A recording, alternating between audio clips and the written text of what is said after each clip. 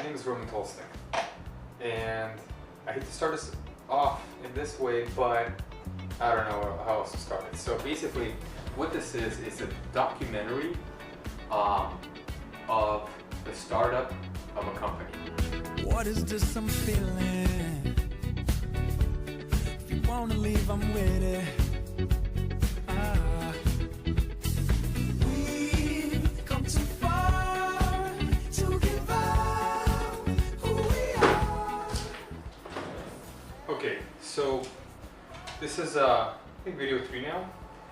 The current state of the project, basically the same as it was before. Not really any significant change this past week. The goal was to fine-tune the already created technology and then be ready, have the engineers and the app developers and the cloud engineer, have all those guys be ready for a live demo for me and my partner this Sunday. So we're looking forward to that. The call should be in just about 20 minutes, so I'll know for sure if everything's ready by then, but I've been assured earlier this week and in the last call that everything's ready to go, everything's fine, so we should be right on board there. So that's the current stage. One thing I wanted to talk about too was what our tech actually is, like what we're creating. And so we're actually working on 2 separate pieces of technology. One is still going to be at least a year away. We've been working on that one for maybe about 3 months now. Maybe a little more, maybe probably close to like 6 months. But that one is still about a year away at the very earliest, so I'm not going to mention that because who knows what can happen.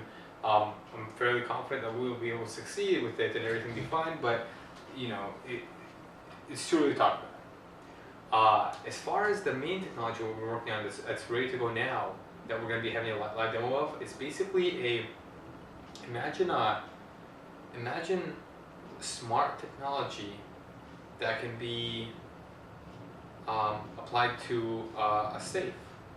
So for instance, now when you interact with, say, like you have a big home vault, you know, a gun safe or something in your house, your only interaction with it is that you go up to it, you punch in the code, crank the wheel, you open it up, take what you need out, close the door, crank the wheel, and you're done. And that's the only interaction you have with the safe, right? That's it.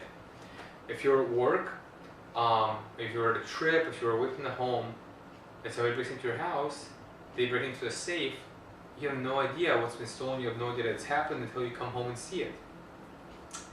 And one thing to speak to that is that any safe can be broken into. There's no such thing as a purely secure safe, and a lot of companies will charge you, crazy amounts saying this is the most secure safe in the market, blah, blah, blah. It doesn't matter, because the most secure safe can only add minutes to a break-in. And a typical break-in with between, like, say, 2 guys and a couple of crowbars into a secure vault, a large secure safe that's like $1,000, can happen in about a minute. That's all the time they need. They'll pry the thing open, boom, pop the door off, and that's it. It's a lot easier than it sounds. These things look super secure, they're really heavy duty, but even if you just go online and look up a YouTube video, it's done like that. And so part of what our technology does is it creates this virtual safety net around the entire product. And it's a safety net, and I call it a net, whatever, right? The safety net, if it's broken at any port, if somebody rips the door open, if somebody cuts into the side of the door, whatever, and an alarm is triggered, and that alarm is automatically sent to the user's cell phone. So all of a sudden they're sitting at work, they're sitting at home, they're sitting on vacation, and they get an alert saying, your safe was just broken into. And so that's one thing that our technology does, but it also has other features too. Like, for instance, instead of having to punch in the code every time, you just walk up to a safe, you push unlock on your phone and unlock, so you never have to remember a combination. If you're away on a trip and say your kid needs to get to a camera, a camera or a laptop or something inside the safe, and you don't want your kid knowing the combination, you just unlock it from where you are. The kid then closes the door and the safe relocks itself. Things like that. Like, basically, it's just a lot of it's for convenience, plus a very important safety feature. And this thing could be scaled up, scaled down to whatever really is needed to be done. And so that's what technology is. And as it stands now, we have 2 patents on it. So I feel pretty comfortable talking about it. We're basically done, whereas anybody starting this could be working on this for a minimum of a year, probably more. And with that done, with that said, there's one last thing I want to mention that I was thinking today, and it's being idle in a startup environment.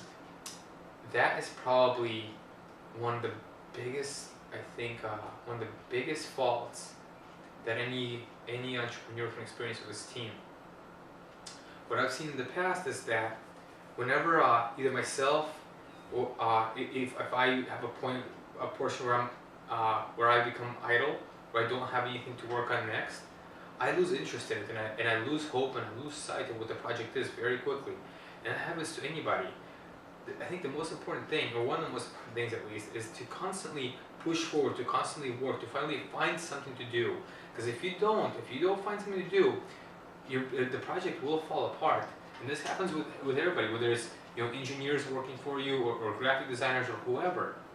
If they don't have at least something to do, they will move away from the project and go do their own thing. They'll leave, and the project will fall apart. So even if you don't have something to work on, or something for yourself to work on, find the project, find something within the project, in the scope, to work on. Even if it's something that you need maybe done way in the future, maybe something you don't even know that if you end up using later on, you gotta have something to work for everybody. Otherwise, people will just kind of taper off, and little by little, your project will dissolve into nothing. That's just something I want to mention, because I know that's a pretty big pitfall I've fallen into several times now. And I hate to speak for somebody else, but I think I know my partner's been there more than I have, even. Just because I have a lot of like design and graphic background that he doesn't have, and so I can work on a lot of different areas of a project that he wouldn't be able to work on. And I think that's pretty much it for the video 3 update.